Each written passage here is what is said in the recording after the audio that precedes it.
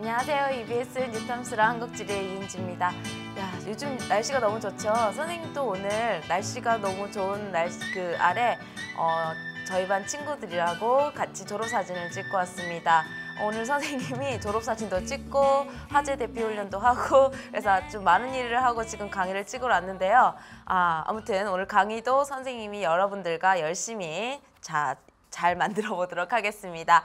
자, 지난 시간까지는 선생님과 무슨 얘기를 나눴냐면 1차 산업의 대표인 농업에 대해서 배웠습니다. 1차 산업은 여러 가지가 있어요. 농업도 있고 어업도 있고 임업도 있지만 우리나라의 대표적인 촌락이 농촌이듯이 대표적인 1차 산업이 농업입니다. 그래서 우리가 농업에 대해서 열심히 공부를 했고요. 오늘은 뭐를 공부할 거냐면 2차 산업의 대표인 공업에 대해서 공부를 할 겁니다. 자, 2차 산업은요, 공업뿐만 아니라 건설업도 있고요, 광업도 있고 블라블라 많아요. 그래서 그 중에서 우리가 공업에 대해서 배울 거고요. 우리가 공업을 뭐라고도 부르냐면 제조업이라고도 부르죠. 그야말로 뭔가 물건을 만들어내는 그러한 과정을 거치는 겁니다. 이 농촌에 사는 친구들도요, 이 제조업의 혜택을 보지 못하면 일상생활을 편하게 할 수 없습니다. 물론 도시에서 사는 친구들이 식량 없이 살아갈 수 없듯이 농촌에 사는 친구들도 책가방도 메고 학교에 가야 되고 책을 보면서 공부를 해야 되고 책을 만드는 거, 책가방을 만드는 거 다 제조업이 하는 일이죠. 자, 그래서 오늘은 공업에 대해서 공부를 할 건데 먼저 우리나라의 공업은 어떠한 발달 역사를 과정을 거쳤는지부터 쉽게 한번 같이 알아보고 넘어가도록 하겠습니다. 자, 그래서 우리가 오늘 선생님 강의 순서를요, 여러분들 교재가 조금 순서가 조금 바뀌어 있는 부분이 있는데 선생님 앞부분은 그대로 순서대로 갈 거고요. 교재 187페이지에 있는 부분을 오늘 조금 당겨서 같이 전체적인 흐름으로 살펴보고 다음 시간에 입지에 대해서 공부를 할 겁니다. 그래서 오늘 배우는 내용은 주로 이 공업과 관련된 개념을 다루는 거예요. 그래서 조금은 어떻게 보면 지루할 수도 있고 약간 딱딱할 수도 있지만 선생님이 여러 가지 사례를 제시해 주면서 좀 더 쉽게 이해할 수 있도록 도와드리도록 하겠습니다. 자, 그래서 우리나라 공업 발달이 어떻게 해서 이루어졌는지, 그리고 결과 지금 현재 우리나라 공업은 어떠한 특징을 가진다고 이야기할 수 있는지를 몇 가지 주요 개념으로 살펴보겠습니다. 자, 그 다음에 지금은 어떠한 변화를 겪고 있는 지역이 있는데 왜 그런 변화를 겪고 있는지, 그런 변화를 겪을 수밖에 없는 원인들, 그리고 그 결과까지 함께 살펴보도록 할게요. 자, 먼저 우리나라의 공업 역사를 살펴보기 전에 이 우리나라가 시대별로 어떠한 물품을 수출했는지를 살펴보면 우리나라 공업의 특성을 알 수 있습니다. 그 시대의 공업 특성을 알 수 있어요. 왜? 그 시대에 수출했던 물품이라는 거는 수출을 했다는 거는 그 시대에 생산을 했다는 거죠. 그걸 생산하고 있다는 것을 통해서 그 시대의 우리나라의 공업 구조라든지 그 다음에 그 시대의 우리나라의 공업의 특성에 대해서 파악할 수 있기 때문에 먼저 이런 수출 품목들을 함께 보는 겁니다. 그래서 60년대 보시면 선생님 우리 자원할 때 얘기했죠. 텅스텐이라는 건 한때 우리나라 주요 수출 품목에 들어갈 정도로 생산을 많이 했던 광물이라고 말씀을 드렸습니다. 그래서 60년대는 선생님 생사가 뭐죠? 실크예요, 실크. 그런 가공되지 않은 명주실 그런 건데 저런 거 생선도 수출 품목이에요. 약간 어떠냐면 이때 당시에는 한마디로 원료를 주로 수출했다고 정리할 수 있습니다. 자, 원료 수출이에요. 이건 약간 후진국적 수출 구조입니다. 자, 그러다가 70년대부터는 뭔가 가공품을 수출하기 시작하죠. 그리고 그 종류도 어떻게 돼요? 좀 더 고부가 가치 상품이라는 것을 느끼고 있습니다. 그래서 우리나라는 이 경공업 중심의 수출에서 그 다음에 중화, 그 다음에 첨단, 이 순서대로 넘어오는 시기가 아주 짧게 넘어오고 있어. 거의 10년 단위로 공업 구조가 바뀐다는 것을 여러분 느낄 수 있습니다. 그래서 우리나라는 아주 짧은 기간 동안 산업화를 이루어졌고요. 그 짧은 기간 동안 산업화를 이뤘고 그 발전 수준도 아주 빠른 시간 안에 다 이뤘습니다. 그래서 우리나라 뭐라 그래요? 한강의 기적이라고 부를 만큼 짧은 시간 동안 큰 발전을 이뤘죠. 그래서 우리나라 공업의 구조를 보더라도 충분히 느낄 수가 있어요. 자, 그래서 우리 주요 수출 품목을 살펴봤고요. 그러면 우리가 그걸 통해서 선생님과 함께 이 표를 통해서 우리 공업의 발달 과정을 살펴보도록 하겠습니다. 자, 여기서 이제 잘 우리가 짚고 지나가면 앞으로 우리가 공업의 입지라든지 공업의 특징을 공부를 할 때 이해하기가 쉬워요. 왜 그 공업이 지금은 쇠퇴했는지, 왜 이 공업은 지금 발전하고 있는지, 자, 주요 포인트를 한번 보시면서 이해를 한번 해보도록 하겠습니다. 자, 정말 우리나라만의 공업은요, 사실 1960년 이후에 진짜 우리나라만의 공업이죠. 그전에는 일제강점기라는 기간을 거쳤고요. 그 다음에 광복 이후에는 정말 혼란스러운 기간이 있었죠. 그래서 정신을 차리고 났더니 1960년대예요. 우리나라 도시화의 단계도 60년대부터 설명을 하죠. 자, 그래서 일제강점기 때는 그 일본 사람들에 의해서 이루어졌던 공업의 역사이기 때문에 여러분들이 한번 읽어보고 넘어가시면 되겠고요. 자, 60년대부터 이제 우리나라가 진짜 공업화, 산업화를 시작합니다. 마찬가지로 도시화도 시작이 되죠. 자, 이때는요, 우리나라가 돈이 없어요. 믿을 거라고는 정말 부지런하고 근면한 국민성, 그리고 국토의 크기에 비해서 많은 인구, 풍부하고 저렴한 인구, 부지런한 인구밖에 믿을 게 없는 겁니다. 그래서 이 당시에는 무슨 집약적 공업이 발달하냐면 노동집약적이에요. 노동력을 집중적으로 투입을 해서 막 열심히 일을 해가지고 주로 어떠한 상품을 생산을 했냐면 이런 섬유, 신발, 가발과 같이 좀 상품의 무게가 가볍고 그 다음에 부가가치도 낮은 경공업 중심의 공업이 발달합니다. 경자가 가벼울 경자죠. 그래서 이거 뭐 팔아봤자 그렇게 큰 돈은 안 되지만 그래도 이 당시에는 주요 수출 품목이었습니다. 그래서 선생님이 뭐라 했어요? 노동집약적이요. 당연히 인구가 많이 투입이 돼야 되는 공업이니까 인구가 많은 곳을 중심으로 그 공업이 발달했겠죠. 그래서 그 당시 우리나라 3대 대도시는 서울, 그 다음에 뭐 부산, 대구, 이런 지역을 중심으로 공업이 발달했습니다. 자, 그 다음에 7, 80년대예요. 자, 이 7, 80년대 대통령이 누군지 아시죠, 여러분? 박정희 대통령인데요. 물론 여러 가지 평가에서 뭐 해석이 분분하지만 그래도 경제적인 측면에서는 큰 발전을 이뤘다라고 그 평가를 받고 있습니다. 아무튼 정말 이때부터 야심차게 대한민국이 경제 성장을 시작하는데 이때부터 정말 집중적으로 우리가 잘 살기 위해서는 공업 구조도 바꿔야 된다. 그래서 자본이라든지 기술을 과감하게 투입합니다. 조금 외국에서 돈도 빌려오고요. 그 다음에 조금 외국에서 기술도 빨리빨리 배워와가지고 자본과 기술을 아주 집약적으로 투입하기 시작합니다. 그럼으로써 중화공업이 발달하는데 그래서 제철 공장도 세우고요. 그 포항제철이 옛날 포항제철 공장도 세우고 울산의 중공업 공장도 세우고 막 이러면서 정말 우리 경제가 급부상하기 시작하죠.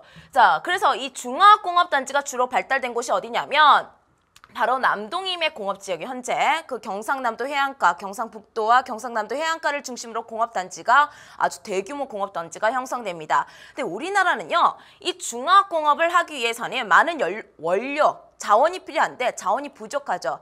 그러다 보니까 자원을 대부분 수입을 해야 돼요. 자원을 대부분 수입하고 그 자원을 가지고 제조를 해서 다시 수출하는 구조가 우리나라 경제 구조이기 때문에 이 해안가, 항구를 중심으로 이렇게 공업지역이 형성되는 겁니다. 아무튼 포인트는 뭐냐면 자본과 기술이 집약된 중화공업이 발달한 시기다라는 거예요. 그 다음에 90년대입니다. 자, 이 시대의 공업을 이끄는 원천은요, 바로 이것이 원천이 됩니다. 자, 지식, 고급 지식, 그리고 고급 기술이 그 시대, 이 시대의 공업의 원천이 되는 거죠. 그래서 지식과 기술이 집약된 첨단 산업입니다. 자, 그래서 이때는 컴퓨터라든지 반도체 같은 제조업이 우리나라 주요 수출 품목이 되기 시작하는데, 자, 그래서 아주 짧은 시간 동안 공업의 종류, 그 다음에 원천들을 여러분들이 포인트를 잡아서 정리해 주시면 되겠고요.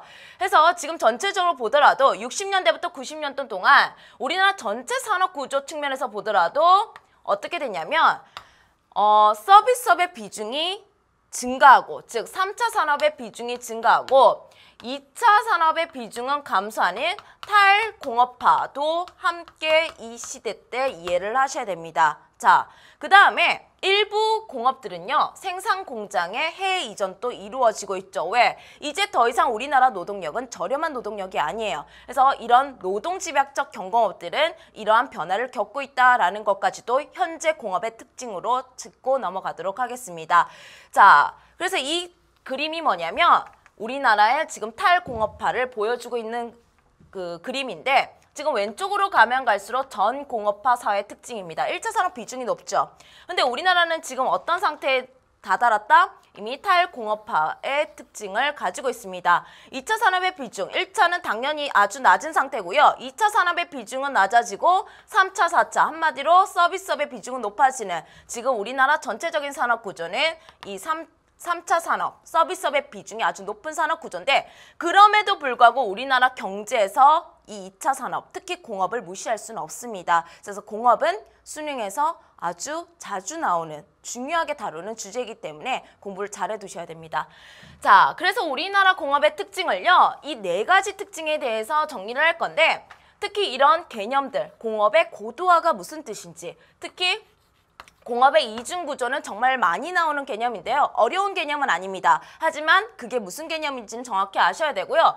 그 다음에 공업의 지역적 편제가 어떤 식으로 되어 있는지 분포로서 한번 보도록 하겠습니다. 그 다음에 이거는 아시죠? 우리가 자원에서 이미 했으니까. 자, 그래서 이거 하나하나 주제를 체크하도록 할게요. 자, 첫 번째, 공업의 고도화에 대해서 선생님과 이야기해 보도록 하겠습니다. 자, 고도화라는 건 뭐냐면 공업이 좀 더 고급화된다는 거예요. 고급화. 그러니까 가발이라든지 신발을 만드는 그런 경공업보다는 자동차라든지 배라든지 컴퓨터, 반도체 이런 걸 만드는 공업이 좀 더 어떤 거예요?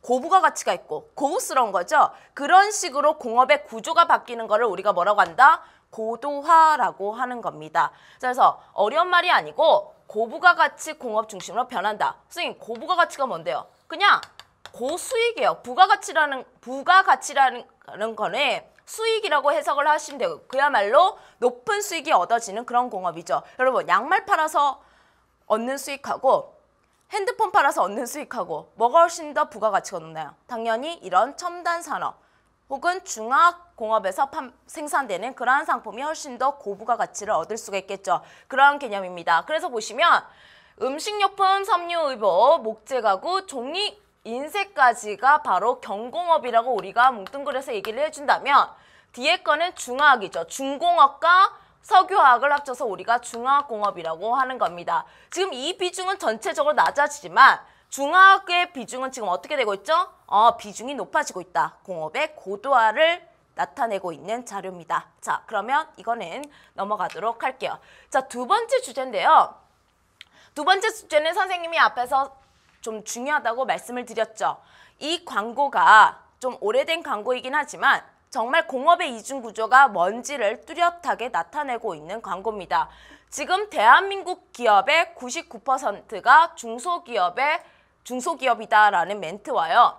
그 다음에 대한민국 근로자의 88%는 중소기업에서 일하고 있다라는 거죠. 그러면 이걸 거꾸로 하면 뭐가 되냐면 우리나라에서 1%만이 대기업입니다. 하지만 그 대기업이 뭔가 많은 것을 차지하고 있다. 그래서 이 88%의 근로자가 아주 가난하다. 우리나라 공업 구조라든지 산업 구조를 비판하고 있는 광고라는 것을 느끼셔야 됩니다. 자, 그러면 한번 볼게요. 자료를 통해서 우리나라 공업 구조가 어떻게 되어 있는지 보도록 하겠습니다. 자, 지금 보시면 1%밖에 안 되는 대기업이 사업체 수라는 건 뭐 공장 하나하나, 회사 하나하나가 사업체 수예요. 1%밖에 안 되는 대기업이 종사자 수도 이 개수에 비해서는 많고요. 그 다음에 출하액을 보시면 이 출하액이 뭐예요? 하나밖에 안 되는 대기업이 우리나라 경제 절반 이상의 부를 차지하고 있죠. 그거를 우리가 뭐라고 한다? 공업의 이중구조라고 합니다. 선생님 반 친구들이 선생님이 강의 보고 학교에서 수업하는 거 보면 선생님 이중인격인 것 같아요 라고 말을 합니다. 애들이 이중인격이라는 단어 언제 써요? 성격이 비슷할 때? 그 모습이 엇비슷할 때? 아니죠. 정말 그 모습이 상반되고 아주 극과 극을 볼 때 우리가 이중적이다라는 표현을 씁니다. 그래서 이 지리에서는 이중구조라는 라는 단어를 곳곳에 쓰이는 부분이 있습니다. 뭐 공간의 이중구조. 뉴욕에 가면 정말 화려하고 높은 빌딩 바로 옆에 정말 가난하고 정말 그 무너질 것 같은 그런 판자촌이 형성돼 있어요. 우리가 그런 슬럼이라 그러는데 정말 바로 옆에는 높은 빌딩, 정말 그 근처에는 또 찢어질 듯이 가난한 사람들이 사는 그런 공간 구조, 그런 것을 우리가 이중구조라는 표현을 쓰는데 그야말로 우리나라 공업도 그런 이중적인 극과 극을 달리는 모습을 보이고 있다는 표현으로 이렇게 씁니다. 자, 아무튼 대기업과 중소기업 간의 경제적 격차가 그만큼 매우 크게 나타난다는 건데 하나하나 해석을 해보면 지금 사업체 수하고 종사자 수를 보시면 사업체 수는 지금 소기업이 더 많아요. 개수는 많아요. 그 다음에 중기업에 대기업이 개수는 제일 적죠. 그런데 생산액은요. 대기업이 가장 많은 부를 가지고 있고요. 그 다음에 중기업, 그 다음에 소기업 순입니다. 근데 여기서 끝내면 안 되고요. 우리가 이걸 통해서 해석해낼 게 있습니다. 두 가지를 또 알아낼 수 있습니다. 뭐? 사업체의 규모. 한 사업체의 규모는요. 그 사업체에 일을 하고 있는 직원 수가 그 사업체의 규모를 나타내는 거죠. 한 공장에 500명이 일하는 거랑 한 공장에 5명이 일하는 거랑 어디가 사업체 규모가 크는 거예요? 500명이 일하는 곳이 우리가 사업체 규모가 크다라고 얘기를 하는 거죠. 그럼 이건 비중이기 때문에 어차피 똑같은 조건에서 그냥 우리가 이 퍼센테이지를 개수라고 생각하고 편안하게 한번 해석을 해보도록 하겠습니다. 자, 사업체 규모는 뭐예요? 전체 사업체 수. 뭐 10개면 10개, 100개면 100개를 거기에 일하고 있는 종사자 수로 나눈 거죠. 그러면 대기업은 어떻게 되냐면 대기업은 1.1%의 대기업이 거기 일하는 사람이 27명인 거예요. 그냥 이렇게 해석을 하겠습니다. 반면에 중소기업은요. 나머지 중소기업은 뭐 한 99% 되죠.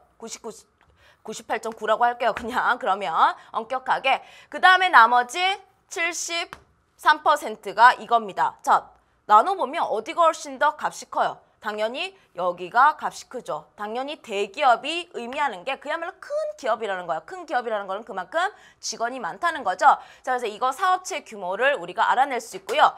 그 다음에 한번 보시면 여기서 또 알아내야 될 게 노동 생산성입니다. 자, 선생님이 이 노동 생산성은 우리 농업할 때 한번 했죠. 농업에서도 나오고 공업에서도 나오고 서비스업에서도 또 나오는 개념인데 한 사람의 노동자가 생산해내는 부가가치입니다. 이거는 그 회사에 혹은 그 사업체 공장에 뭐를 보여주냐면 기술 수준이라든지 기계화의 정도라든지 혹은 임금 수준을 이야기해 준다고 볼 수 있어요. 월급. 임금 수준을 보여주는데 자, 이걸 보시면 왜 대기업이 월급을 많이 받는지 압니다. 한번 볼게요. 자, 어떻게 계산됩니까? 거기에 투입된 노동자 수분에 그 노동자들이 생산해낸 생산액 혹은 출하액이라고 적혀 있으니까 출하액이라고 적을게요. 혹은 부가가치라고도 쓸 수 있겠죠. 자, 그럼 대기업은요. 지금 27명이 55.8을 생산해낸 겁니다. 그런데 여기 중소기업은요. 중소기업은 73명이 뭐래요? 나머지가 지금 44점인가요? 자, 이걸 생산한 거죠.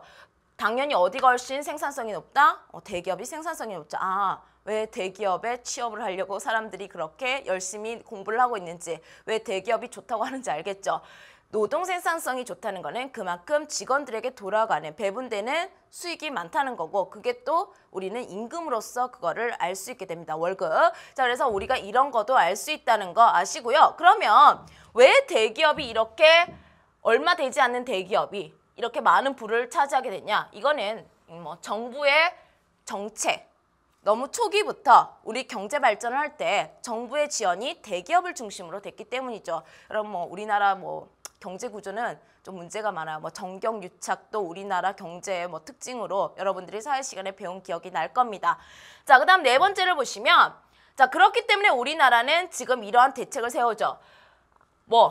개수는 많지만 생산액이 너무 떨어져요. 생산성이 떨어집니다. 그래서 지금 이번 정부의 큰 정책 중에 하나가 뭐냐면 중소기업 육성 정책 혹은 지원 정책이죠. 그래서 대기업의 뭐 규제를 좀 더 가하고 중소기업의 지원 정책을 좀 더 강화한다든지 그런 것을 우리가 뭐 뉴스라든지 신문 기사에서 보는데 바로 이런 이중 구조를 해결하기 위한 방안입니다. 자, 그래서 여러분들 이거 잘 체크해 두시고요. 공업의 이중 구조는 무슨 말인지 이제를 이해하셨을 겁니다. 자, 그다음 세 번째인데요. 우리 지리를 배우고 있잖아요. 공업의 이중 구조는 우리나라 전체 대기업, 중소기업의 전체적인 부의 편제성을 봤다면 우리나라의 공업의 지리적인 편제성을 보도록 하겠습니다. 자, 우리나라 인구가 어디에 집중되어 있었습니까? 우리 도시화할 때 배웠는데 수도권과 남동 임해 지역 혹은 영남권, 수도권과 영남권에 인구가 집중되었죠. 그런데 우리나라 인구는요. 어떠한 과정을 거쳐서 그렇게 도시로 몰렸나요? 이촌향도라는 과정을 거치면서 가속화 단계 때 엄청나게 많은 사람이 도시로 몰렸죠. 왜? 사람들이 뭐 때문에 도시에 갔어요? 돈 벌려고. 그죠? 자, 돈을 벌 수 있다는 거는 그 도시에 뭔가 생산시설이 있다는 거고 그 도시에 뭐 공장이라든지 취업을 할 수 있는 기회가 많다는 건데 자, 그래서 인구가 수도권과 영남권에 몰렸다는 그것을 통해서도 우리나라의 공업이 어디에 집중됐다? 수도권과 영남권에 집중됐다는 것을 이미 유추를 할 수 있죠. 그죠? 그래서 여기에 집중되어 있습니다. 그래서 인구의 분포도 불균형 성장이지만 이 공업적인, 경제적인 측면에서도 불균형 성장을 초래를 했죠. 자, 그런데 이 수도권하고 영남권은요. 이제는 너무 역사가 오래됐고요. 그 다음에 너무나도 많은 인구, 너무나도 많은 사업체가 몰리다 보니까 이게 무슨 공장 집간지, 상업지 집간지 알 수 없을 만큼 막 지가가 상승하고요. 그 다음에 환경오염도 많이 됐겠죠. 그리고 교통도 이제 뭐 너무 많은 공장이 모여 있다 보니까 출근할 때도 너무 교통체증에 시달리게 되고 그러한 모여있음으로써 오히려 더 큰 불이익이 나타나기 시작하는 겁니다. 그래서 지금은 어떻게 되고 있다? 주변 지역으로 분산을 하고 있는데 이거는 선생님이 나중에 이야기해 줄게요. 이게 수도권 공업지역은 주로 교통로를 따라서 아래쪽 충청으로 가고 있고요. 남동임의 공업지역, 영남권에 있던 공업지역은요. 조건이 비슷한 호남 해안가로 지금 이동을 하고 있습니다. 분산을 시키고 있어요. 이거는 우리 40강에서 우리나라 공업지역에 대해서 설명할 때 또 한번 언급하도록 하겠습니다. 자, 그래서 아무튼 여기서는 지역적 편제가 심하다는 것을 알고 계시면 되고요. 자, 이 자료는요. 여러분들이 우리나라에서 또 지역적 편제 혹은 대기업이 무슨 건에 더 집중되어 있는지를 알 수 있는 그러한 자료입니다. 자, 한번 볼게요. 사업체 수, 종사자 수, 생산액. 지금 다 누가 거의 가지고 있냐면 어디와 어디 건에 집중되어 있습니까? 수도권과 영남권에 집중이 되어 있죠. 충청권이나 호남권은 지금 비중이 아주 낮습니다. 그래서 이런 게 딱 나오면 가장 많은 것 중에 둘 중에 하나는 수도권 아니면 영남권이에요. 그리고 종사자 수는요. 그래도 인구에 비례하겠죠. 우리나라에서 가장 인구가 많이 사는 곳이 어디죠? 수도권이죠. 그러다 보니까 이 종사자 수는 인구적인 측면에서 생각해서 종사자 수가 가장 많은 파이는 수도권 이런 것도 큰 힌트가 됩니다. 자, 그러면 우리는요. 이 자료를 통해서 또 뭐를 알아야 되냐면 선생님이 뭐라 했어요? 사업체당 종사자 수. 이거는 사업체 규모를 알 수 있는 지표라 그랬죠. 앞에서 했기 때문에 빨리 한번 해보면 여러분 한번 해보세요. 50.7분의 41.3이랑 31분의 35.8 뭐가 더 값이 커요? 영남권이 더 값이 크네? 선생님 이게 무슨 의미죠?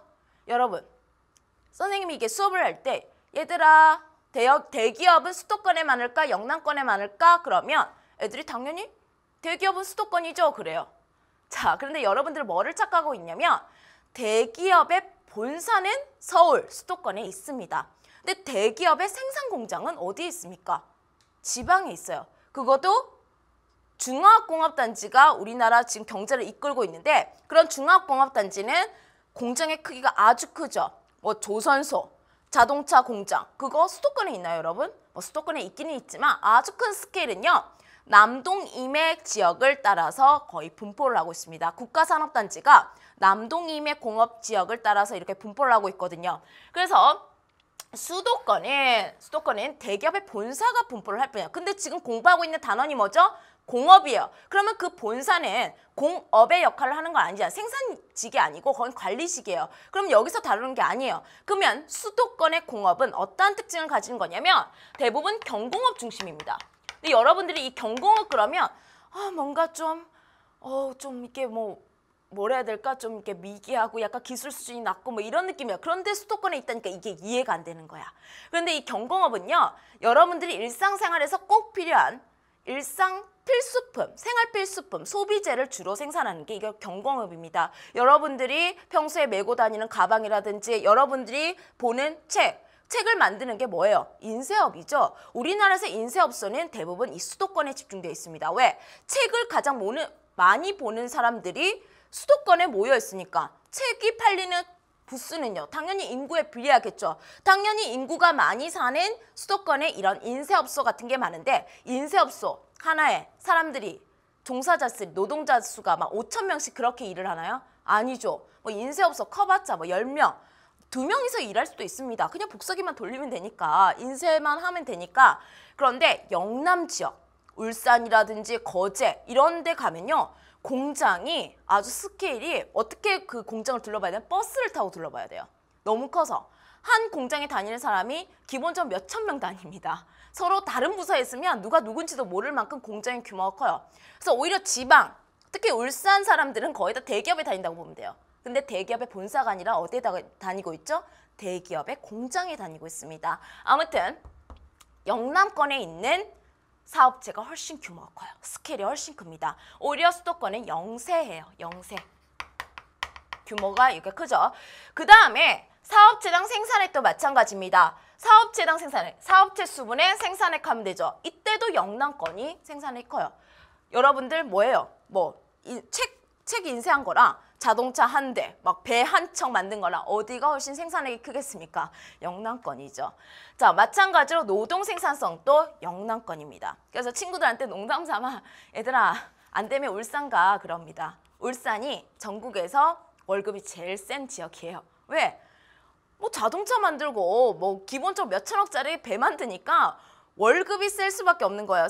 울산 생산직은 이게 임금이 아주 높은 편입니다. 왜? 그만큼 고부가 가치 상품을 생산하기 때문에. 그래서 여러분들 약간 이거 할 때 조금 선입견을 버리세요. 여러분들이 알고 있는 대기업은요. 대기업의 본사를 떠올리기 때문에 이게 착각할 수 있는데 요거 조심하셔서 잘 체크하셔야 됩니다. 잘 물어봅니다.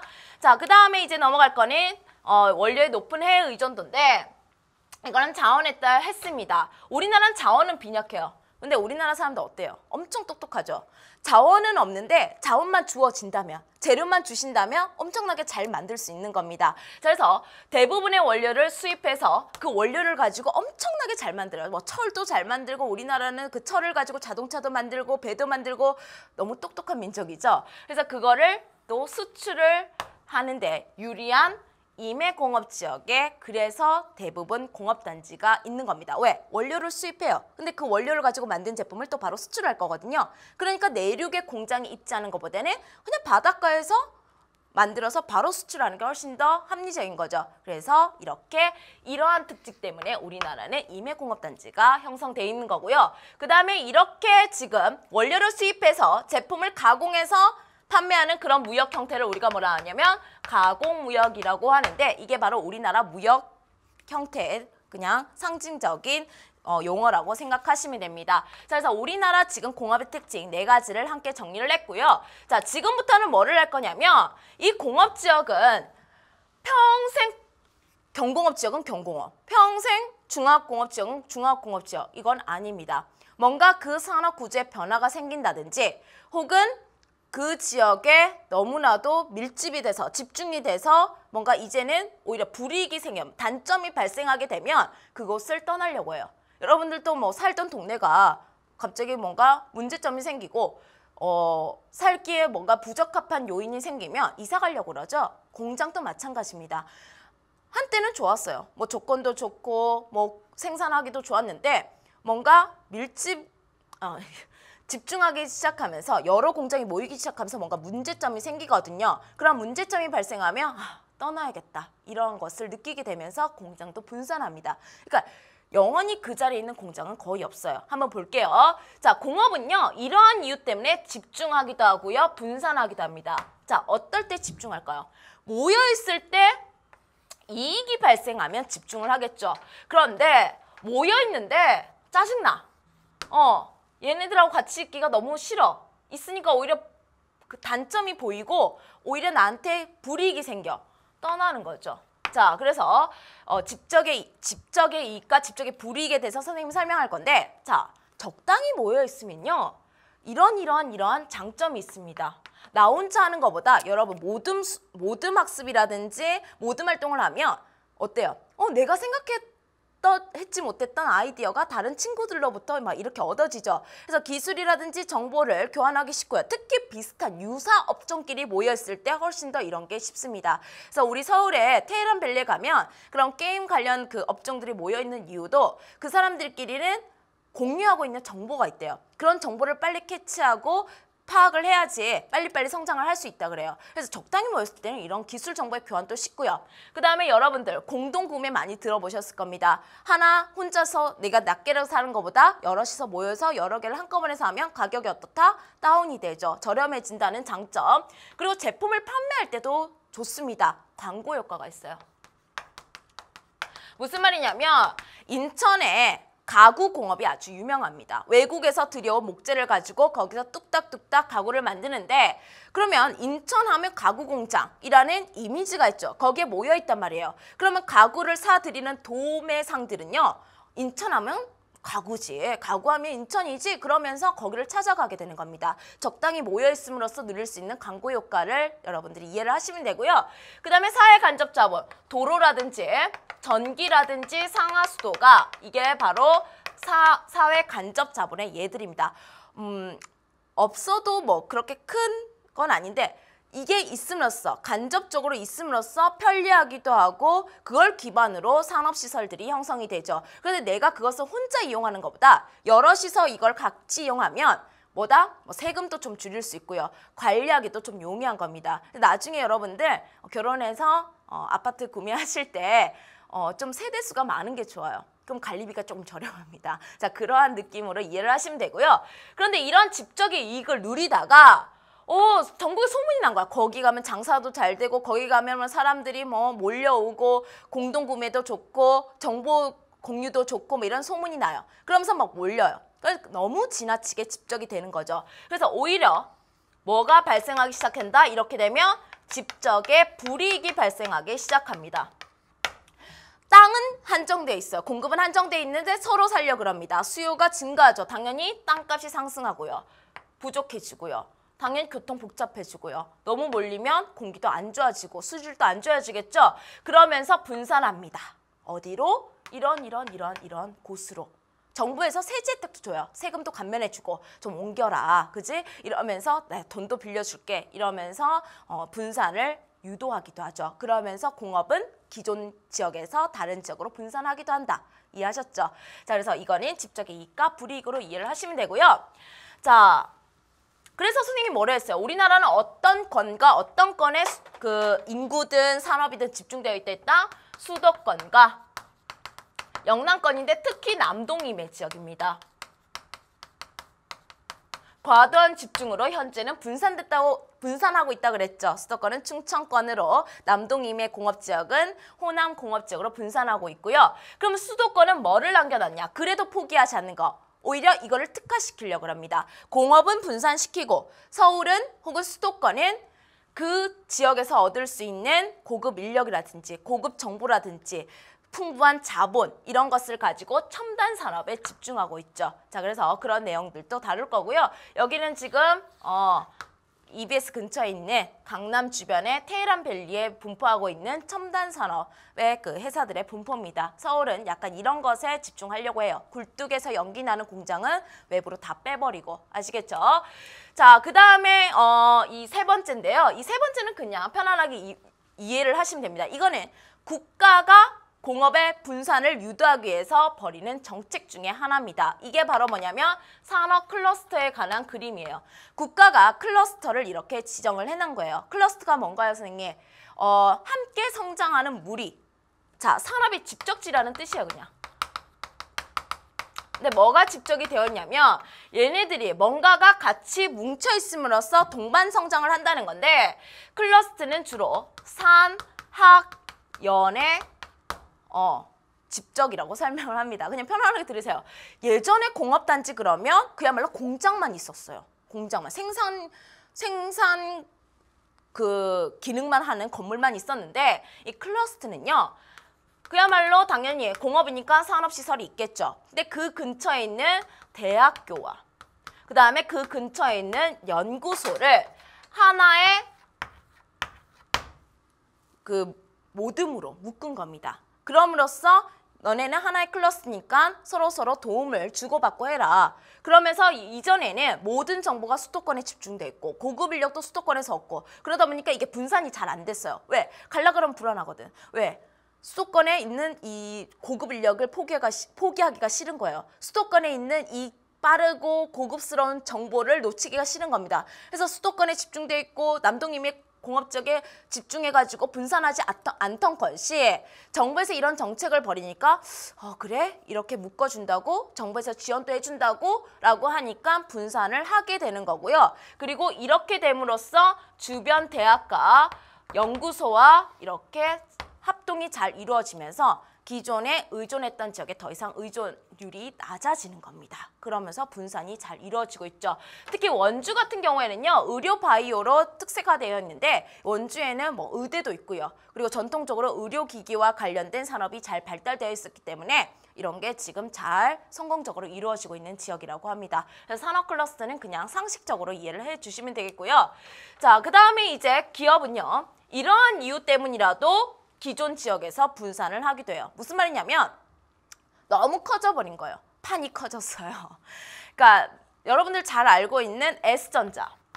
이 S전자도 처음에 대구에서 시작했을 때는 한 3층짜리 건물에서 시작을 했어요. 거기서 뭐 회장님도 있었고 뭐 부장들도 있었고 거기서 연구도 하고 생산도 하고 기획도 하고 관리도 하고 한 건물에서 다 이루어졌습니다. 근데 이 S전자는 이제 전 세계에서 아주 영향력을 끼치는 오히려 대한민국은 몰라도 이 S전자를 아는 그런 다국적 기업이 되어버렸죠. 자, 그래서 이 기업의 규모가 커지면요.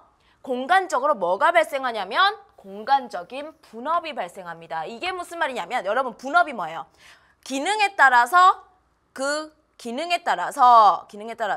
역할 분담을 나누어서 그 역할에 집중하는 게 분업이잖아요. 근데 그 분업이 어떻게 나타나는 거? 공간적으로 나타나는 거. 즉 본사 기능, 관리 기능은 그야말로 본사에서 하는 거예요. 근데 본사는 관리를 잘 해야 되는 기능이니까 고급 인력이라든지 정보라든지 그런 게 중요하겠죠. 그러니까 대도시에 있는 거야.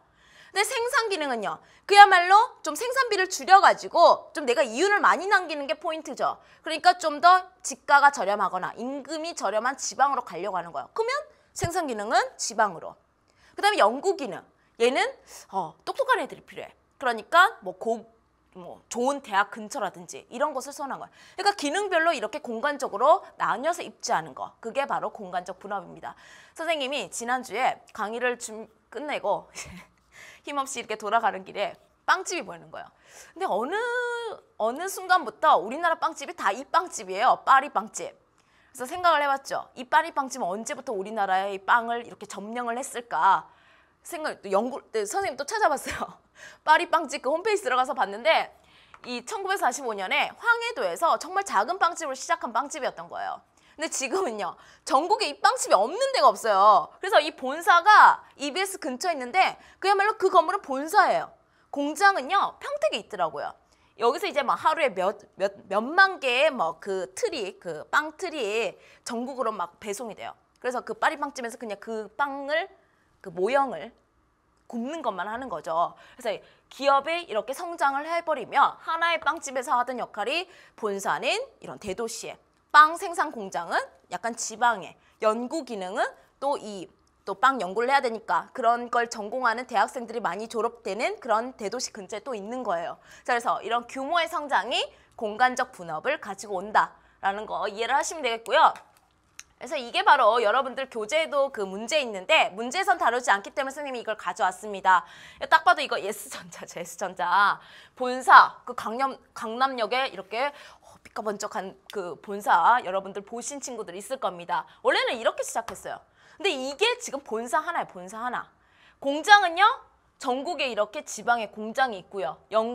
연구소는 멀리 벗어나지 못합니다. 왜? 우리나라의 주요 대학들이 이 수도권에 집중되어 있기 때문에 그 근처 경기권에 지금 수원에 있는 것도 보이시죠? 이게 바로 공간적 분업이다. 이런 그림 보면 이게 공간적으로 분업이 이루어지는 게 바로 공간적 분업이라는 거 그렇게 체크하시면 됩니다.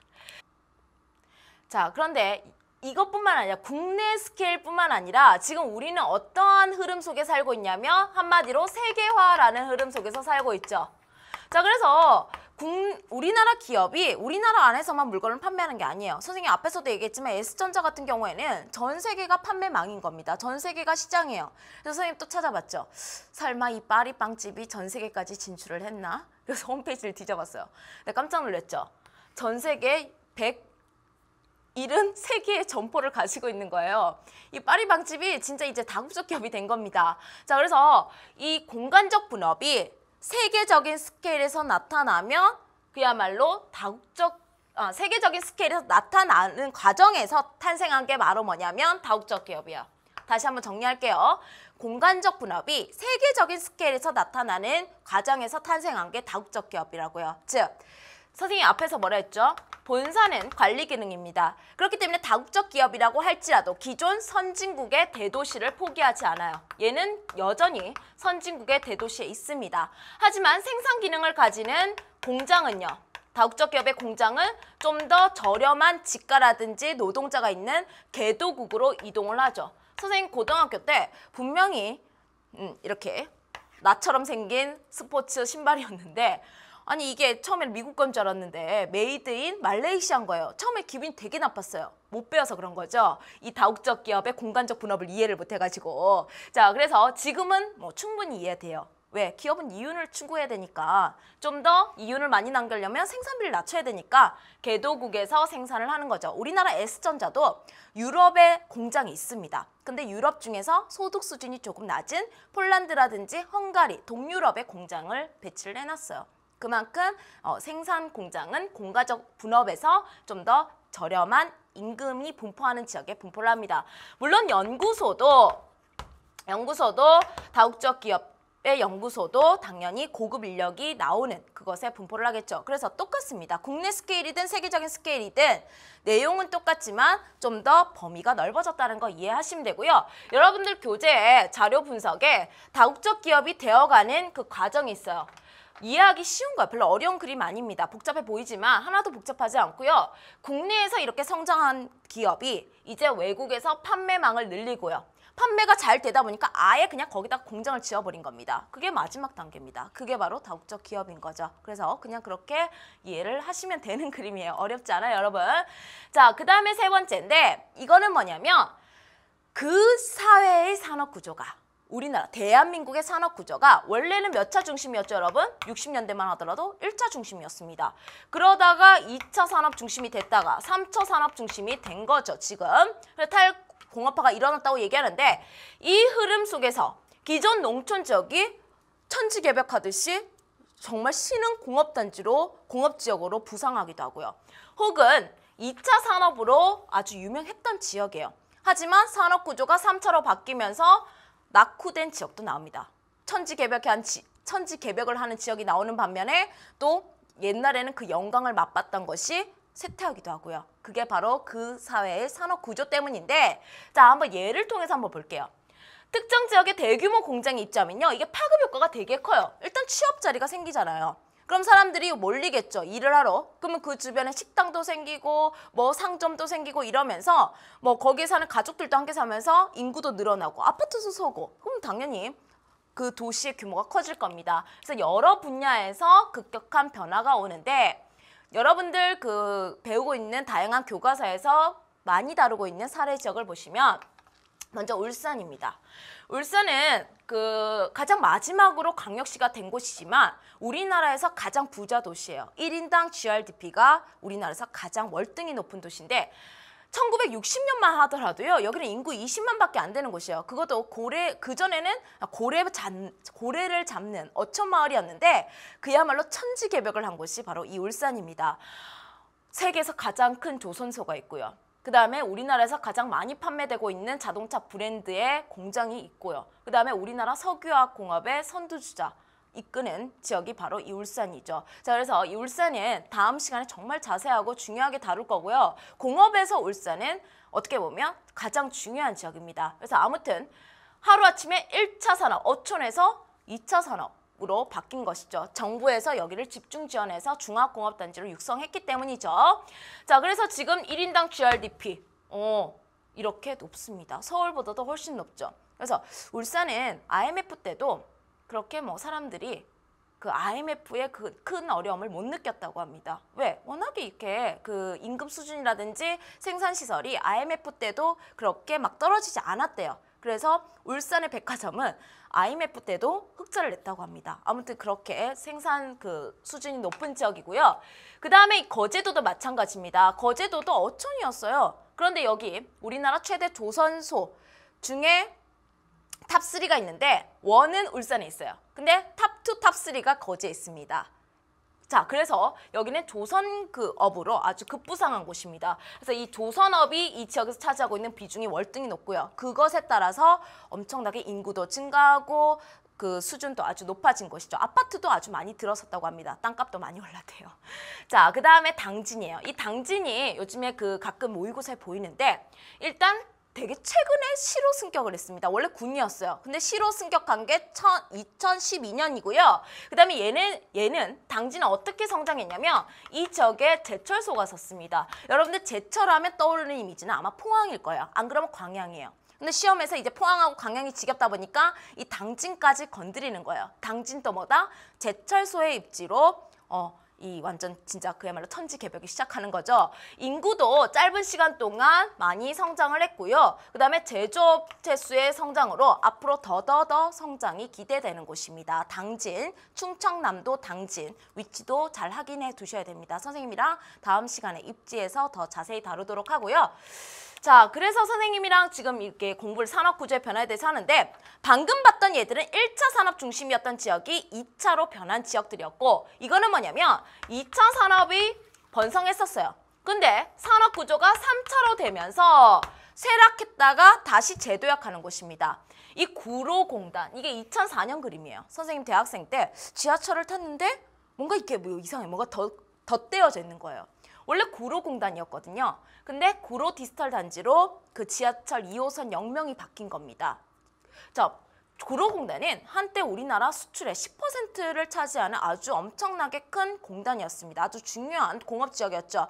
그런데 산업구조가 바뀌었어요. 더 이상 이렇게 노동력에 의존해서 생산을 하는 경공업의 비중이 낮아지고 메리트가 없어졌어요. 인건비 너무 비싸져서. 그래서 이것의 비중이 쇠퇴했어요. 공장이 해외로 가고 지방으로 가고 하다 보니까 구로공단이 슬럼이 돼버린 거, 텅 비어버렸어요. 근데 3차 산업으로 변하면서 여기도 변화를 시도하죠. 뭘로? 이렇게 사람들의 의존했던, 인구에 의존했던, 저렴한 인구에 의존했던 지역이 이렇게 급부상, 완전 탈바꿈합니다. 뭐? 첨단 산업으로. 첨단 산업, 3차 산업으로 탈바꿈해요. 그래서 여기는요, 이제 제조업보다는 비제조업 업체가 많고요. 그 다음에 제조업이 있더라도 약간 고급 지식을 요하는 전기라든지 전자, 기계 중심의 제조업입니다. 이게 바로 구로 디지털의 예라는 거. 이거 아주 많이 나오죠. 예에서, 교과서에서 아주 많이 볼 수 있습니다. 이거 산업구조의 변화 때문이라는 거. 자, 그래서 이거 비중도 기존에는 섬유나 의료같이 경공업 중심의 제조업이었다면 지금 이 자료에서는 제조업의 비중이 기계나 전기전자같이 고부가 가치 혹은 고급 지식을 요하는 제조업으로 그 구조가 바뀌었습니다. 물론 제조업의 비중에서는 이게 비중이 높아졌는데 전체적으로 구로 디지털은요. 이제 제조업보다는 비제조업, 첨단 산업에 집중하고 있어요. 그래서 그 경관을 보더라도 딱 가시면 겉에서는 그냥 아파트예요. 근데 이 아파트 같이 생긴 아파트형 공장 안에서는 이런 그 첨단 기술을 요하는 제조업이라든지 혹은 여러 개의 벤처기업이 우리나라 산업을 이끌어가고 있습니다. 자, 그래서 첨단 산업의 메카로서 지금 곽광을 받는 곳인데요. 선생님이랑 지금 우리나라의 공업 발달의 특징 그리고 공업지역도 변화를 할 수 있다라는 내용을 가지고 공부를 했습니다. 선생님 자료에서 여러분들이 오늘 내용을 확인할 수 있도록 내용을 제시하고 있으니까요. 여러분들 빈칸 넣기 한번 해보시고요. 밑에 답이 있으니까 다 넣어보시고 답지에서 한번 확인해 보도록 합니다. 오늘은 개념 중심의 수업이었기 때문에 여러분들이 그 개념 포인트만 잘 잡으시면 되고요. 정말 하이라이트는 다음 39강입니다. 39강에서 공업의 입지 유형과 우리나라에서 그 공업 입지들이 어디에 분포하고 있는지 그 지역들까지도 꼼꼼하게 잡아보도록 하고요. 이게 정말 시험에 많이 출제되는 부분입니다. 다음 시간 예습 잘 하셔가지고 선생님과 수업 시간에 만나도록 할게요. 그럼 다음 시간 39강에서 만나도록 하겠습니다.